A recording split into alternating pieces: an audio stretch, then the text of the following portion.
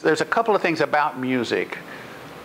Until recording it was invented, about 120 years ago, all music was performed once and disappeared into the air. And you could sit in the coffee shop afterwards and argue all you want about what you heard, but you can't go back and check it out again. It's not like a painting that stays there on the wall and you can go back to it, you know, a day later when you're in a different mood and see if you have a different opinion about it and so on. The performing arts were, until recording and film and everything became available, were very ephemeral. And they're now more concrete because we freeze those moments in time and we can relive them and so on. But the other thing about music is it's also a language. And in the case of theater or film, the language they're using is English. That's here in this country anyway. So we all know that language. In the case of music, 95% of the people listening to the music are not musicians.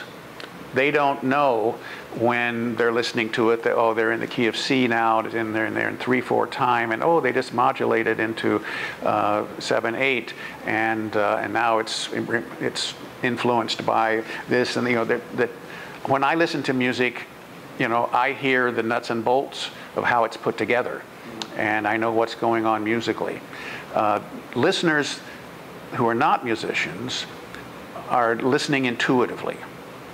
They're feeling it got louder, it got softer, it's busy now, oh, it's very simple now, it's dense and dark, oh, now it's bright and happy. And they're reacting to contrasts that happen in the music, feeling the beat, there's a pulse, and there are certain melody themes they start to recognize. Oh, okay, I've heard that before, they're using it again, sort of thing.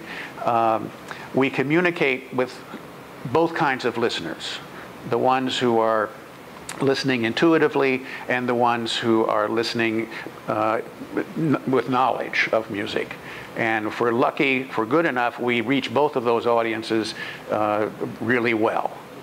But it's something that separates music from literature or theater or film.